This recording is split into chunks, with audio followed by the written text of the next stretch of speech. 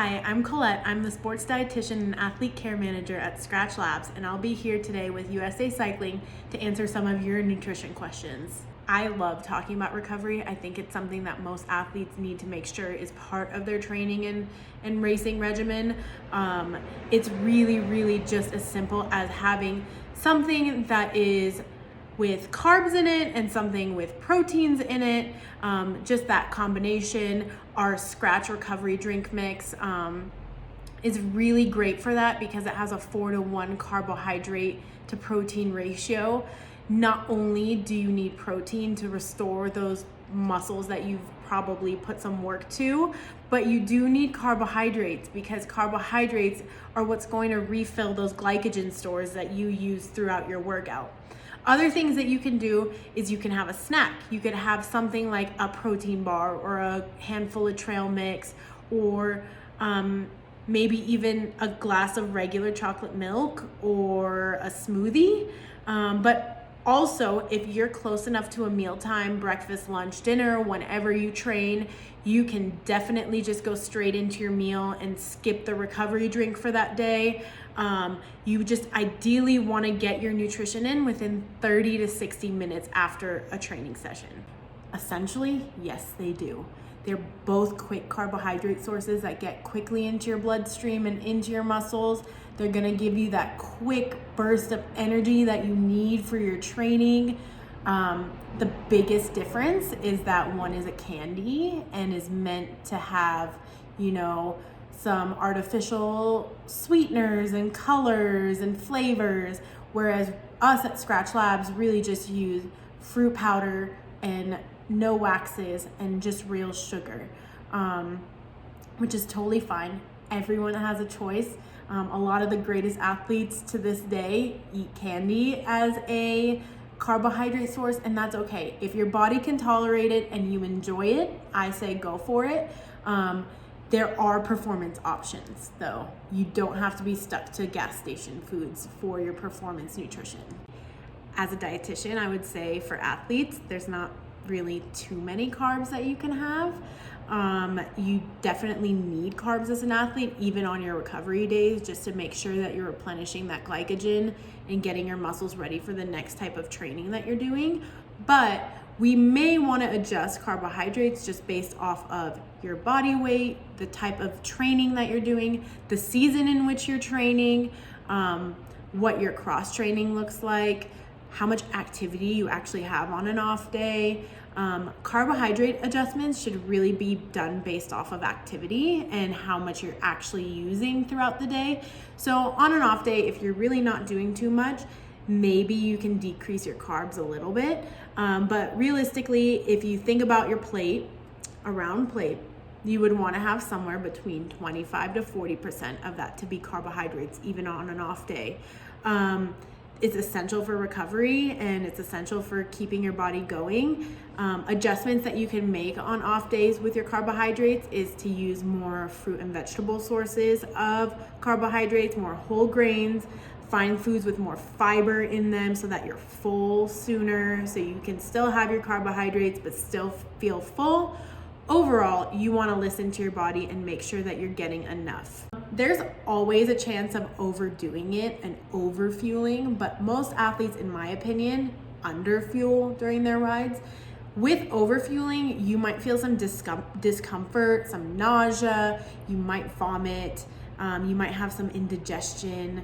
All those things could potentially happen, but most of the time I'm seeing athletes that are underfueling.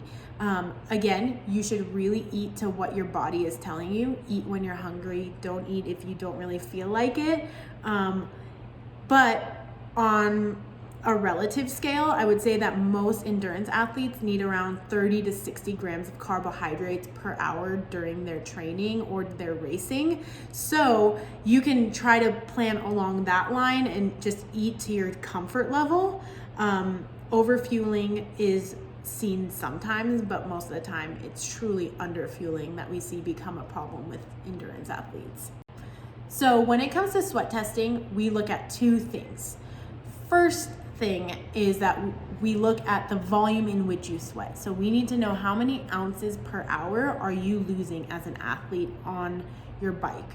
The second thing we like to look at is how many electrolytes are you losing.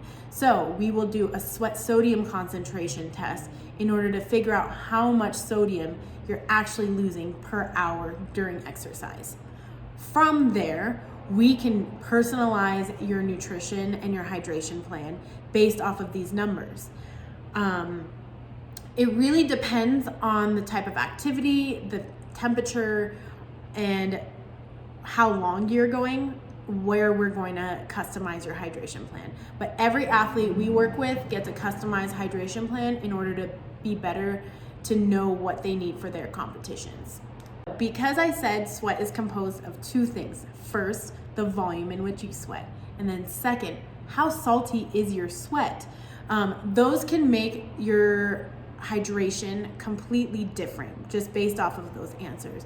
So if you're an abnormally high volume sweater, but maybe not as salty of a sweater, you just might need more liquid. Again, we encourage athletes to drink to thirst. So drink when you're thirsty, don't when you're not.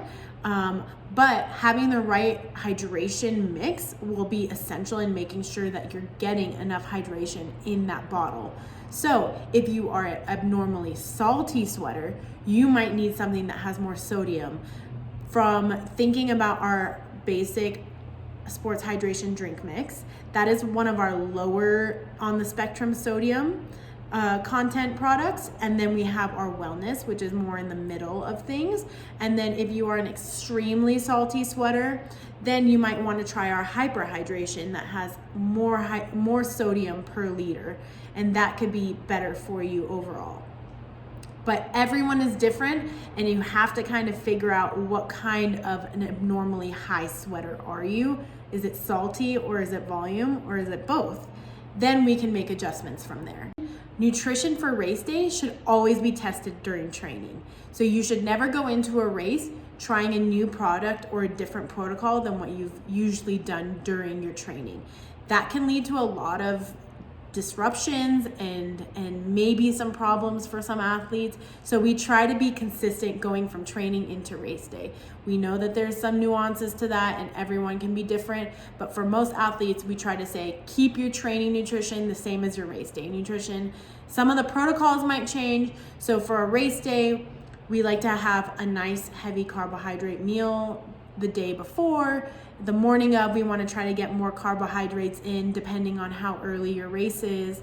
And then also based off of the temperature and the humidity of the place that you are racing, your nutrition and your hydration might also change a little bit. But overall, we're going to start with a nice carbohydrate breakfast in the morning. Top off your hydration, get some good hydration in. Top off right before your race with some carbohydrates. Get through your race with 30 to 60 grams of carbohydrates per hour and some hydration in between, and you're probably gonna be set to go. That's the bare bones of it, but everybody is different in what works for them. We just encourage that you try something before you go out and do it on a race.